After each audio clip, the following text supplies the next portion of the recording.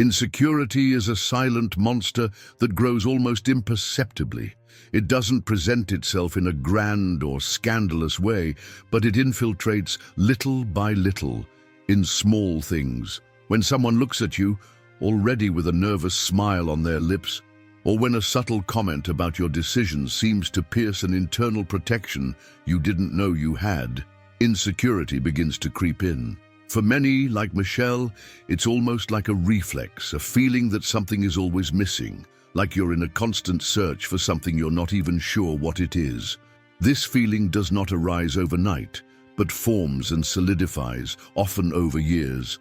Childhood, this crucial period, is a true factory of insecurities. It is there that you begin to notice the first signs that something about you is not in line with what the world expects. Imagine a kid like Michelle, who grew up in an environment where expectations were always high.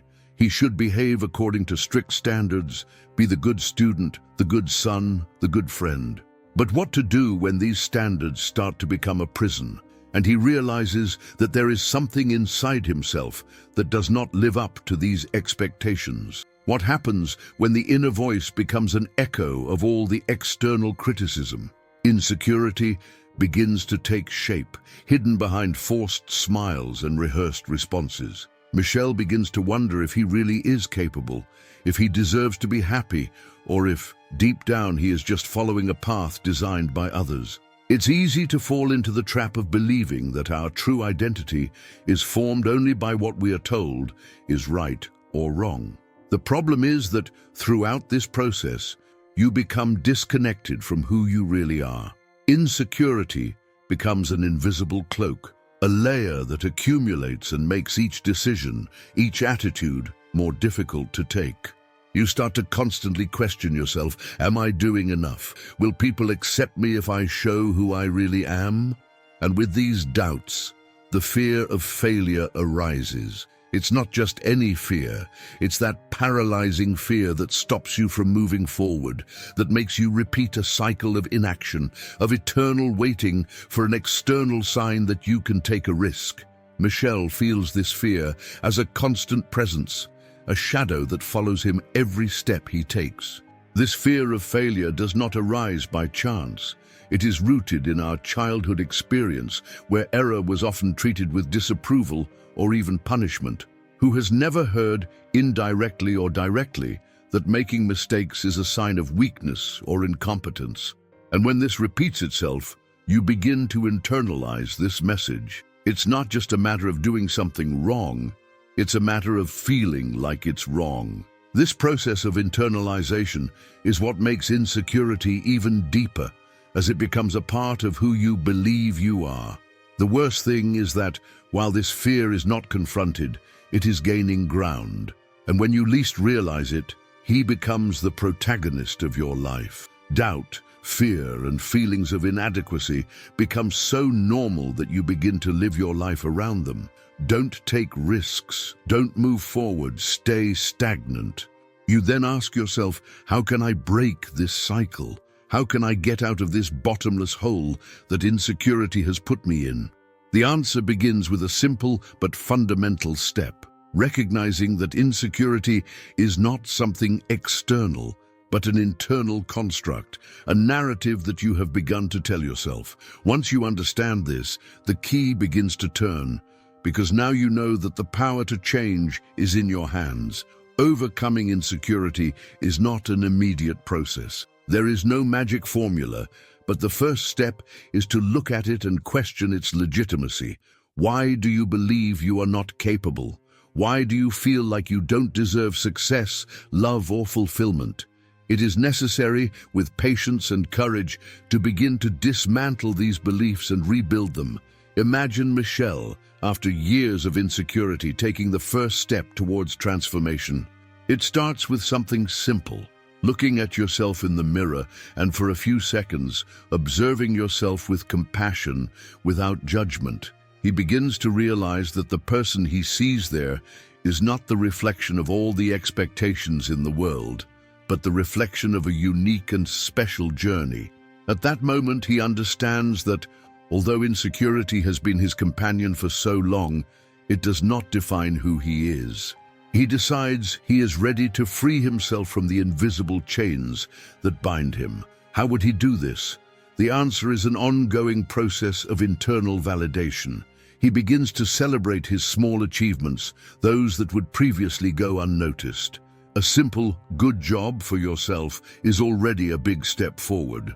Starting to recognize your qualities, no matter how small, is a powerful exercise in cultivating self-confidence. It's like a muscle that, when exercised, becomes stronger and more visible.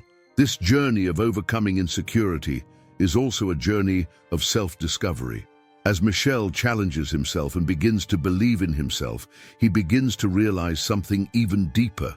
Insecurity is not just a matter of fear or doubt, but a lack of connection with oneself. She is fueled by the idea that if she does not meet the expectations of others, she will not be worthy of love, success, or happiness. The most interesting thing is that, as he reconnects with himself, Michel begins to realize that, in fact, no one is really expecting him to be perfect. The demands are often made by him, based on beliefs he has carried since childhood. This process of self-acceptance and self-confidence does not happen in isolation. Michel, as she opens up to her own truth, begins to surround herself with people who also share this positive energy. He starts looking for those who don't judge him by his appearance, by what he did or didn't do, but by who he is inside. And as he begins to surround himself with these healthy influences, the insecurity begins to lose strength. She becomes more and more a distant memory, a shadow that no longer has the power to paralyze him. However, overcoming insecurity is an ongoing process. Whenever a new challenge appears, fear tries to resurface, trying to regain the space it previously occupied. But Michel now has the tools to face him. He knows that fear is not his enemy, but a part of the growth process. He learned not to let insecurity dictate his choices. The path is not yet complete, but the certainty that he is in control of his life empowers him to move forward. And with each new step, insecurity loses its prominent place until it becomes just a reminder of who he no longer is. Now, Michel is more prepared than ever to continue her journey. The fear and insecurity didn't disappear for good, but he learned to deal with them. And in doing so, he gets closer and closer to the person he always knew he could be. He will face new challenges with new fears, but now he has the confidence that he can overcome them. What's next on your journey? How will he continue to rebuild his life and pursue his purpose? The next step will be the key to unlocking the true potential he has always had. The best is yet to come.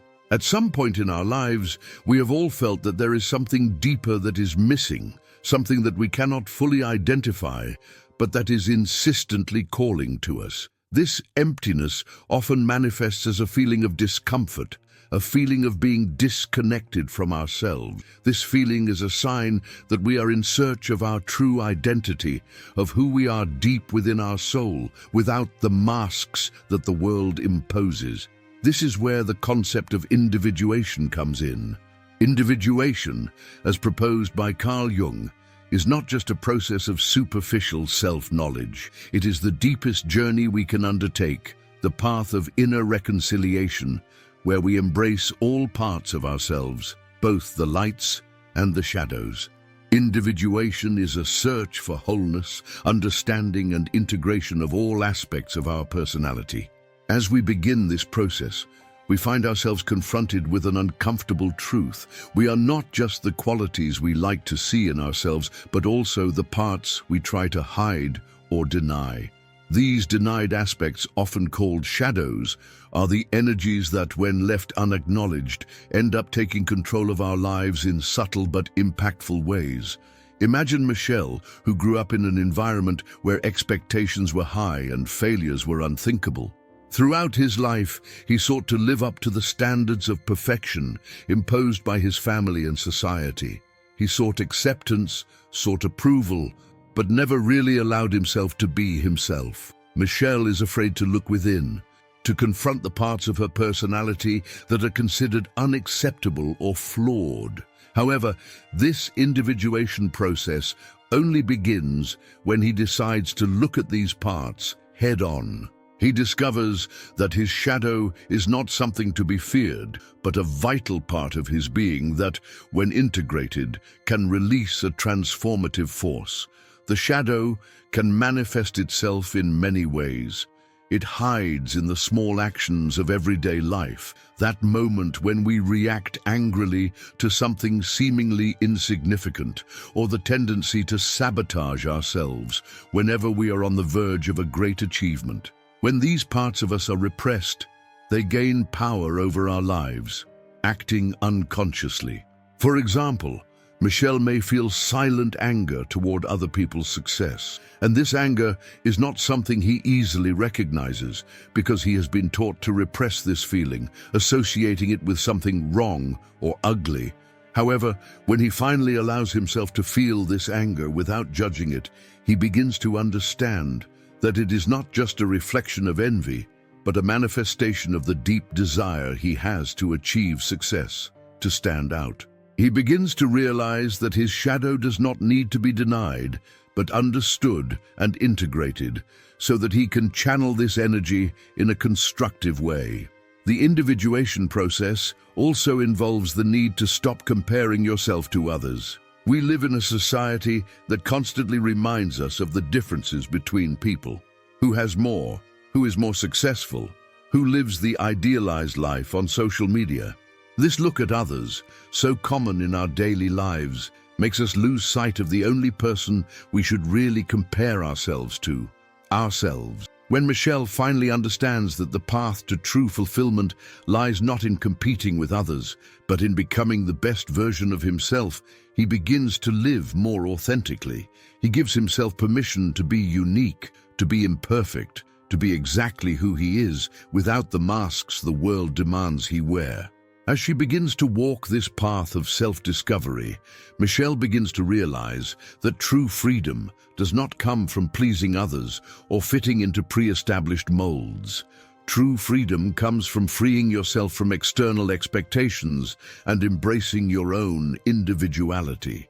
He begins to realize that by accepting his flaws and limitations, he creates a space for his strengths and abilities to flourish. Instead of fighting against himself, he becomes an ally in his own journey. He finds the courage to be who he is, regardless of any external judgment. One of the most powerful discoveries Michel makes is that individuation is an ongoing process. It's not something that can be achieved all at once, and that's it. There is no finish line, because life is not a fixed destination, but a constant journey of evolution. He discovers that each stage of his life, each new challenge, offers an opportunity to more deeply integrate his true essence. With each moment, he comes closer to his wholeness, understanding that all aspects of his personality, both the good and the bad, are necessary to create the unique being he is destined to be. To truly understand individuation, Michel needs to stop looking at her life as a collection of disconnected events. He begins to see his life as a continuous flow, where every part of his being, every lived experience, plays a vital role in building his identity. He begins to realize that every experience, even the most painful ones, was necessary to get him to where he is now. Every failure, every moment of pain was an opportunity to learn more about yourself and to become stronger. Individuation also involves the search for internal balance. As Michel begins to integrate his shadow, he realizes that it doesn't mean he has to be perfect or always in control. On the contrary, he begins to realize that true strength comes from accepting his vulnerability. He learns to be kinder to himself, to forgive himself for past mistakes, and to give himself permission to be human.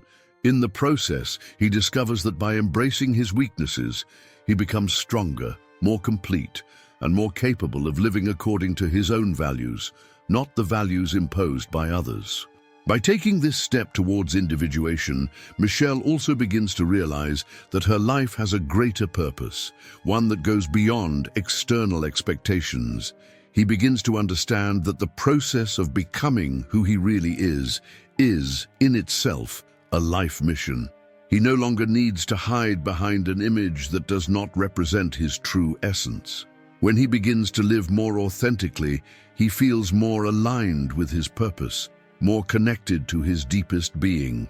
He finally understands that true happiness is not in seeking approval or validation, but in being true to himself. The power of individuation transforms Michelle's life. He begins to live with more courage, more clarity, and more purpose. He knows the road ahead won't be easy, but he's willing to face it, because he knows now that each step along this path will take him closer to his true essence. And in doing so, he not only changes his own life, but also becomes a beacon to others, showing them that the path of individuation is the path to true freedom. What he doesn't yet know is that this path is about to lead him to an even deeper realization than he could ever imagine. And best of all, he's just getting started.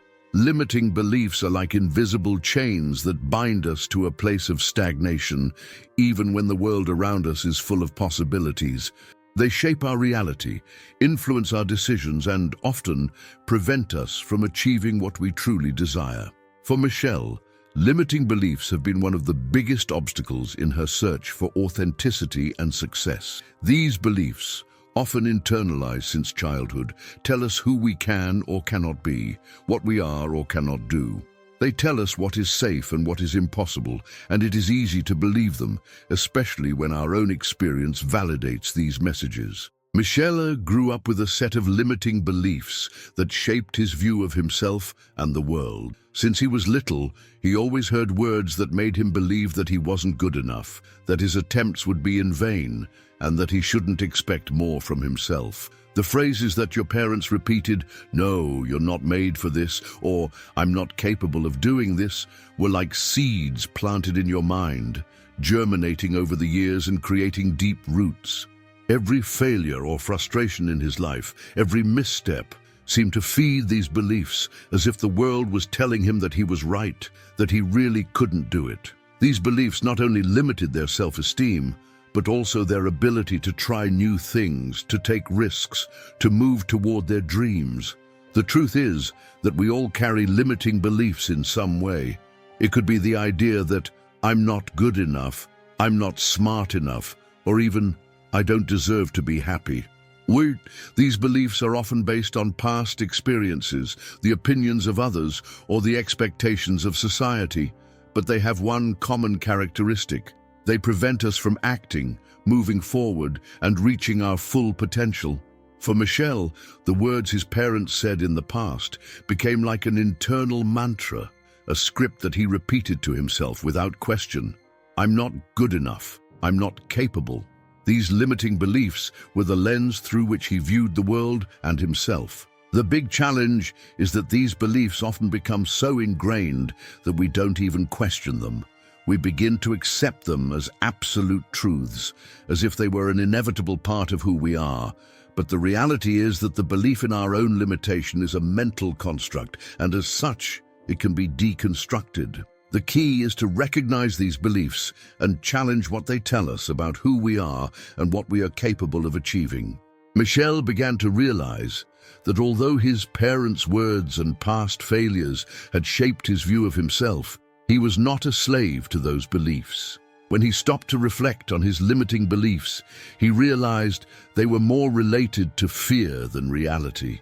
The fear of failing, the fear of being judged, the fear of not being enough. But over time, Michelle began to understand that these beliefs were not his truth. They were just thoughts, fueled by a narrative that he had accepted without question. Breaking these limiting beliefs is not a simple process. It requires courage to look within and admit that many of the limitations we feel are not real, but constructed by our own insecurities and fears. The first step Michel took was to start questioning herself. He stopped accepting that he wasn't capable and started asking, "Why can't I try? What's stopping me from going further?" He realized that the biggest obstacle was, in fact, himself. He had convinced himself that he was unable to achieve his goals, but this belief only kept him trapped in a life of mediocrity. Starting to identify these limiting beliefs is the first step to breaking them. Michel did this with the help of a therapist who helped him identify the internal messages that were limiting him. He began to realize that there was no reason to believe he couldn't learn new skills, achieve new goals, or even change careers. He realized that failure was not the end, but a natural part of the growth process. By changing the narrative in his mind, he began taking small steps toward his dreams. But questioning and challenging limiting beliefs is not enough. It is necessary to take concrete actions to replace them with empowering beliefs. This takes practice and patience. For Michel, one of the strongest limiting beliefs was the idea that he would never be good enough to change careers or succeed at something he truly loved. He believed that his time had already been wasted, that his life was decided, that his past mistakes were a definitive sentence. But upon confronting this belief, he began to realize that he was capable of learning and evolving, that there was no expiration date on his dreams, and that he could still reinvent himself. Replacing limiting beliefs as for empowering beliefs doesn't happen overnight. You need to repeat new beliefs constantly until they become second nature. Michel began to tell himself, "I am capable of learning and evolving. I have the right to pursue my happiness and success." Every time he repeated those words, he felt a little more confidence. He started signing up for courses, looking for new opportunities, and challenging himself in ways he never thought possible. With each small achievement, he felt his limiting beliefs diminish, as if they were smudged with new paint, brighter and truer. Over time, Michel realized that the key to transforming her limiting beliefs was not just convincing herself that she was capable, but acting on that belief. He understood that by making bold decisions, he was showing himself that his limitations were just illusions, and with each action, he began to free himself more and more from these invisible chains. He now knew that the beliefs that had kept him trapped were nothing more than a reflection of his insecurities, not his true abilities. Michel still had a long way to go, but as he began to challenge his limiting beliefs and take action toward his transformation, he was finally breaking the chains that were keeping him stagnant. This process of breaking limiting beliefs is not something that happens linearly or without challenges, but Michel's journey was just beginning. What he didn't yet know was that this process of self-liberation would lead him to even deeper discoveries about himself, and that he was about to face a challenge that would change his life forever. But to do so, he would have to embrace a new way of seeing the world and himself. Resilience is a quality often seen as an innate ability, something that some people possess and others do not. But the truth is that we can all develop it. Resilience does not mean the absence of pain or difficulty, but rather the ability to face challenges, learn from them, and move forward, even when everything seems lost. In Michel's case, resilience was the key to helping him break out of the spiral of self-sabotage and inaction that kept him stuck. However, this did not happen overnight. For him, learning to be resilient was an arduous and gradual process, which required a lot of reflection, courage, and a change of perspective. Michel has always been a person who allowed herself to be deeply affected by setbacks. When things didn't go as he expected, he felt like he was in a bottomless abyss, where frustration, discouragement, and a sense of failure accumulated, making it difficult to even take the next step. For a long time, he believed that if he wasn't perfect, or if he wasn't immediately successful, it meant he didn't measure up, that he wasn't good enough. This type of thinking generated a negative spiral. The more he failed, the more he punished himself, and the more he punished himself, the more he was afraid to try again. With each failure, the belief that he was incapable was reinforced, and the idea of trying became even more frightening. It was when Michel began to understand that resilience was not about avoiding failure, but about learning to deal with it constructively, that he began to change. He understood that mistakes don't define him, but rather how he reacts to those mistakes. He didn't have to be perfect, he just needed to keep trying, learning, and adapting. This shift in mindset was the crucial first step in building her resilience. At first, this change was challenging. Michel needed to confront his own story, which made him believe that failure was a reflection of his inability, not an opportunity for growth. For him, accepting that failures were part of the learning process was like taking a huge weight off his shoulders. He began to adopt a more flexible approach, where failure became a lesson rather than a final verdict on his capabilities. This doesn't mean that Michel didn't feel frustrated from time to time, or that he didn't experience moments of discouragement. But instead of being consumed by these moments, he learned to use them as springboards for evolution. He began to realize that to be resilient, he needed to be prepared for life's ups and downs. When things didn't go as he expected, Michel began to ask himself, what can I learn from this? How can I do better next time? This change in the way she faced obstacles was one of the biggest turning points in Michel's life. He understood that life was not a straight line and that success did not come without resistance. It was the way he faced challenges that determined whether he would emerge victorious or defeated. One of the biggest resilience lessons Michel learned was the power to persist, even when things seemed to fall apart. Throughout his life, he had countless opportunities that he passed up due to fear of failure. He wondered, without knowing, if he wasn't made for this, as if the simple fact of doubting his ability was already a sentence of failure. But over time, Michel discovered that true strength lies in continuing, even when the path is not easy. He understood that it's not about avoiding pain, but about learning to live with it and using that pain as fuel to grow.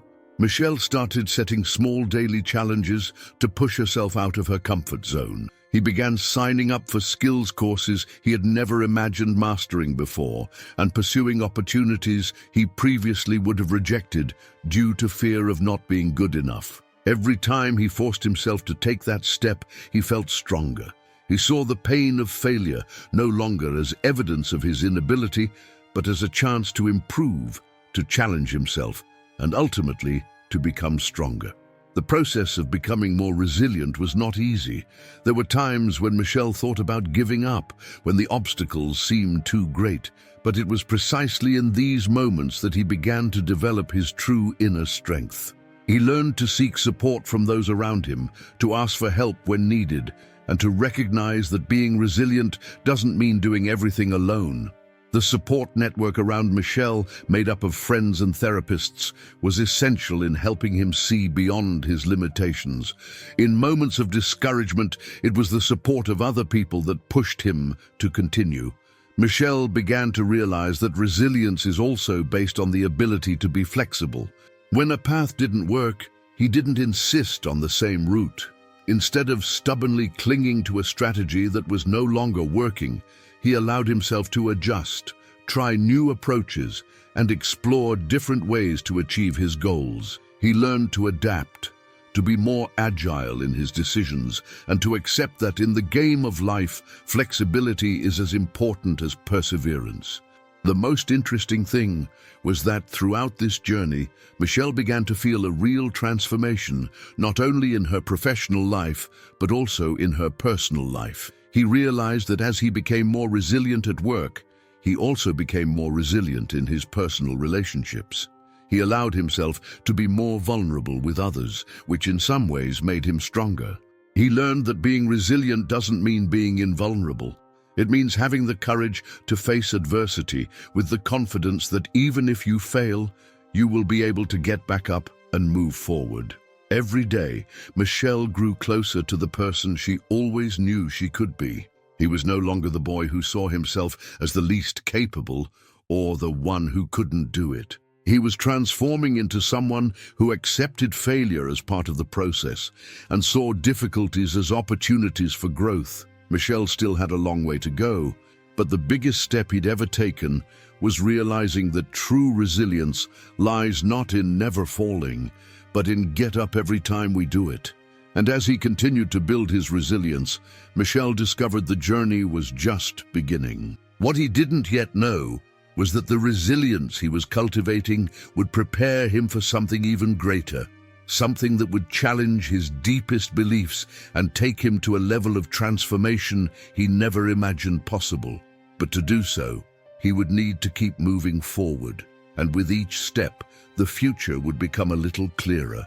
Michel was always so dedicated to others that he often forgot about himself. From childhood, he was taught to put the needs of others first. His parents, although with good intentions, always encouraged him to sacrifice, to care more about what others thought than what he felt. As he grew up, this pattern intensified.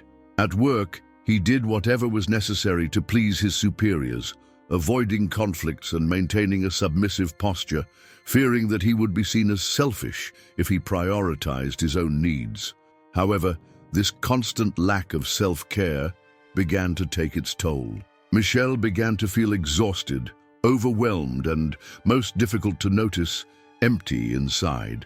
He gave so much of himself to others that he forgot to give something to himself. It was as if he was constantly swimming in a sea of responsibilities and expectations, never pausing to breathe.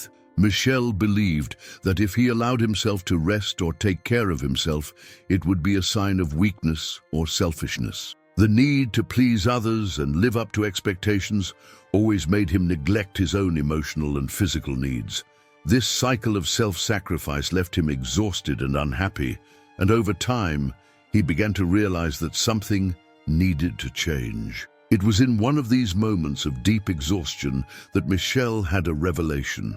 He was talking to a friend about the feeling of always chasing something, but never really achieving peace or satisfaction. His friend, attentive to his words, asked, "When was the last time you did something just for yourself? Something that really nourishes you, something that makes you feel good?" Michel was silent. I had never reflected on it. He always had something to do, a responsibility to fulfill, but he never allowed himself to simply exist, take care of himself, and above all, respect himself. The conversation with his friend was a turning point. Michel began to realize that self-care was not a luxury, but a necessity. He realized that in order to help others and do his best, he needed to feel good about himself, both emotionally and physically. It wasn't about being selfish or negligent. It was about being responsible for your own health and well-being. In the following days, Michel began a process of rediscovering what it really meant to take care of herself. At first, it was difficult. He was so used to always being there for others that he felt guilty even taking time to rest. But little by little, he learned that taking care of himself was not something to be felt with guilt, but with gratitude. He began to reserve moments of his day for himself, to relax and recharge his energy without the pressure of having to please everyone around him. One of the first changes Michel made was to start practicing physical activities, something he always wanted to do, but never prioritized. The simple act of moving, of taking care of her body, was like a rebirth. Michel discovered that exercise not only helped relieve physical stress, but also provided mental clarity and a sense of well-being that he had never imagined. He felt more energized, more centered, and better able to deal with the challenges that arose in his daily life. Furthermore, Michel began to realize the importance of respecting her own limits.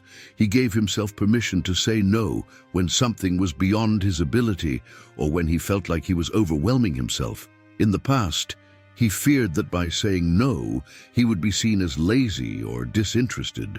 But now he knew that saying no to others in many situations was a way of saying yes to himself. He learned to set healthy boundaries, both at work and in his personal relationships, and this practice made him feel more balanced and less anxious. Michel's self-care also involved taking care of her mind and emotions. He began to realize that many of his anxieties were related to the way he treated his own feelings. He was quick to judge himself, constantly blaming himself for his failures and mistakes.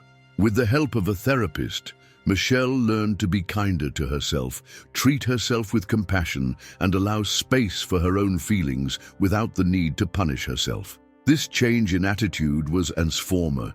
He understood that he didn't have to be perfect, that he could be vulnerable and still be strong. He began to accept himself more fully, and this acceptance was reflected in all aspects of his life. Michelle also allowed herself to explore new forms of leisure and pleasure.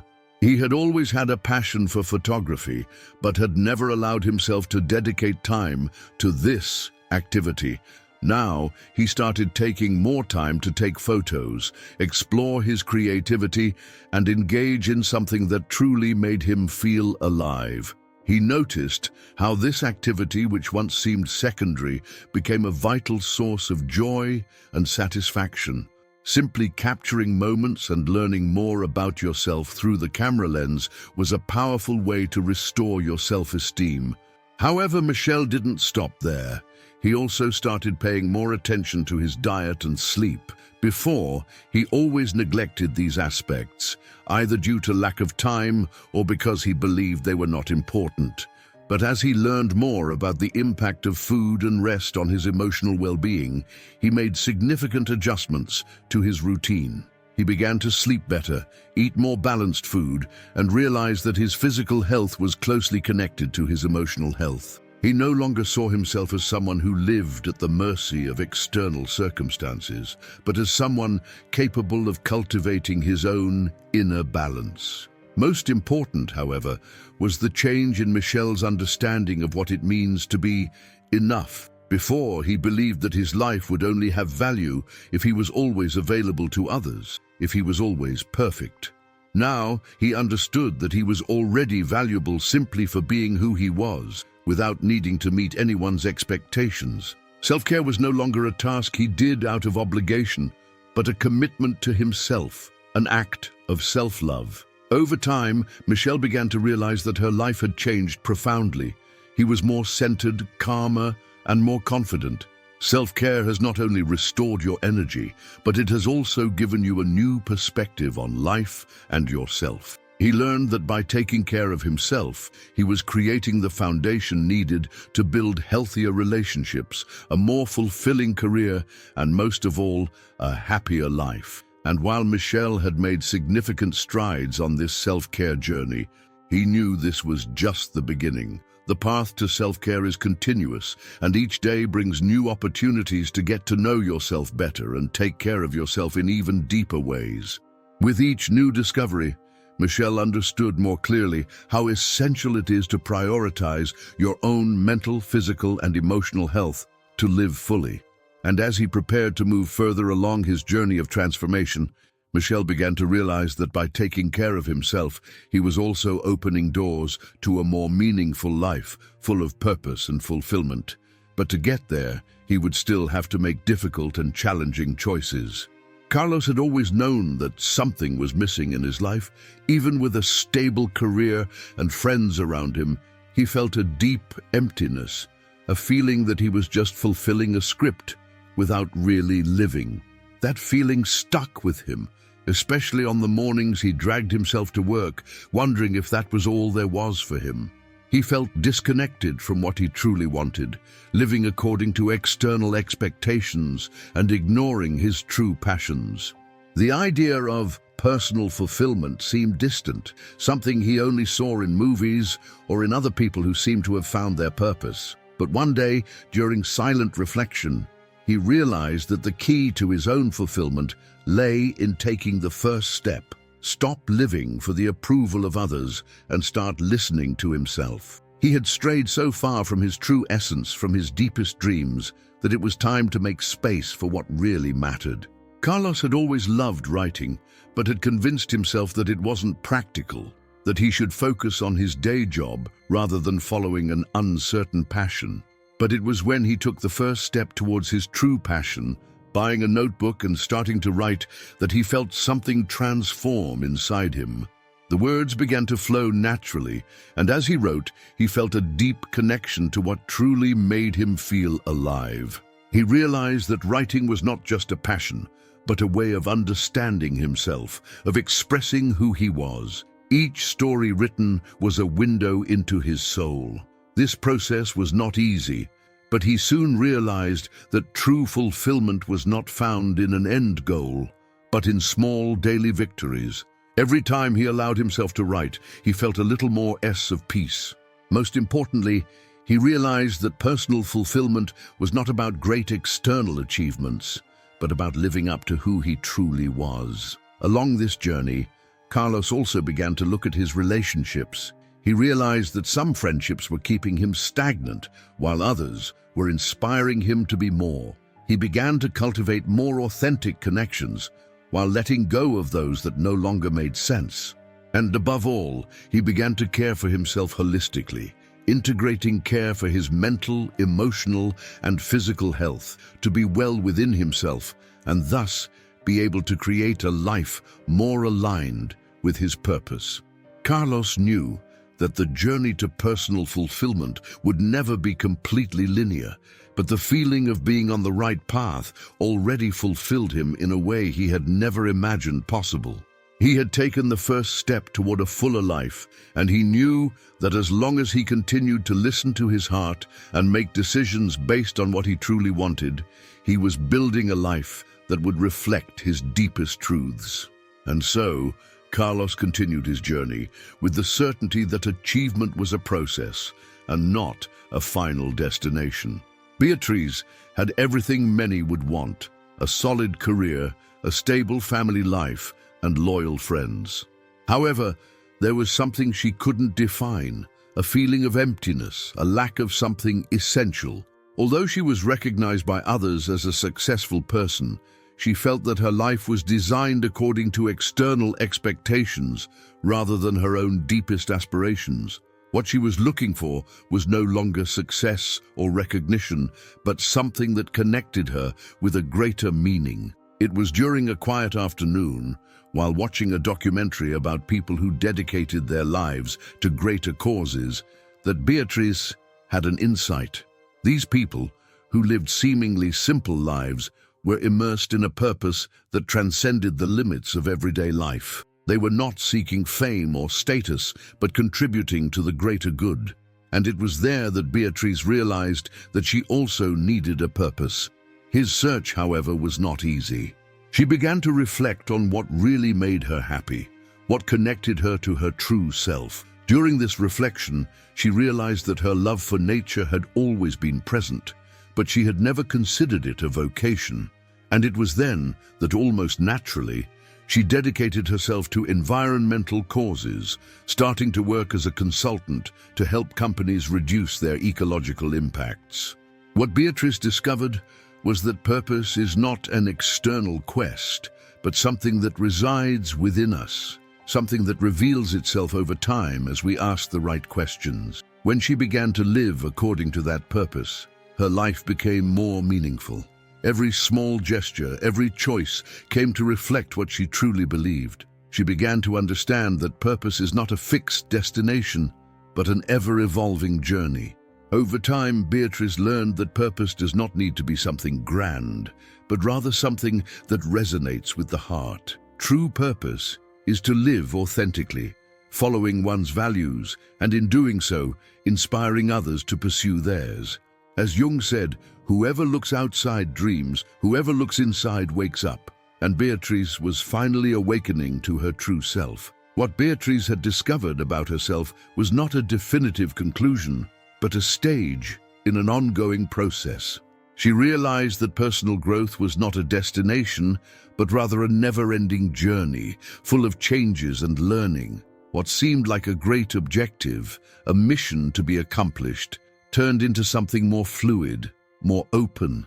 The future, once seen as an endpoint in your life, has become an open field full of possibilities. The journey of self-discovery doesn't happen overnight, and Beatrice experienced this at every step. She realized that it wasn't just about changing external aspects of her life, but about revisiting deeply rooted beliefs, behaviors, and fears. The fear of failing, of exposing herself to the unknown, was still present, but now she didn't allow it to paralyze her. The insecurities that previously dominated her now seemed more like challenges to be overcome. She was getting used to living with doubt, without the need for all the immediate answers. Each new challenge she faced became an opportunity to grow. Instead of worrying about the obstacles that appeared, Beatrice began to realize that each one of them was a chance to test her own resistance, to expand her limits, and to reinvent herself. For example, when she received an offer to lead a large-scale environmental project, instead of shying away for fear of not being up to the task, she embraced the chance with curiosity, aid, and courage. Although she had doubts about her own abilities, she knew that the learning process was exactly what made her grow. As Jung believed, suffering is not something to be avoided, but a tool for transformation. Over time, Beatrice began to see changes in her life as something inevitable. They were not threats to be fought, but waves in the ocean of existence, which she now learned to surf with more confidence. Her understanding of what was possible expanded as she allowed herself to be more flexible, more open to the surprises that life had to offer. The idea that one day we would reach an end state of perfection or stability gave way to a deeper understanding that true fulfillment comes from constant adaptation, the ability to change, and the acceptance that in order to grow, sometimes it is necessary. I need to give up control. What Beatrice experienced on her own journey was a reflection of what Jung taught. Life is a continuous process of individuation in which we become more and more of who we really are as we surrender to life's challenges. The future is not something to be feared, but something to be embraced with all its ups and downs, with all its surprises. Freedom lies not in stability, but in the ability to navigate change with confidence and resilience. And so, as Beatrice moved forward with more lightness and understanding, she knew that her journey of self-discovery would never end. Each day would be a new opportunity to grow, transform, and make choices more aligned with your deepest essence. The journey continues, but now she knew she was ready to face whatever came her way, for true transformation is not just in the outcome, but in the ongoing process of becoming. As she looked to the future, Beatrice felt like she was finally becoming who she was meant to be. No rush, no pressure, but with a renewed purpose. The next chapter was just beginning.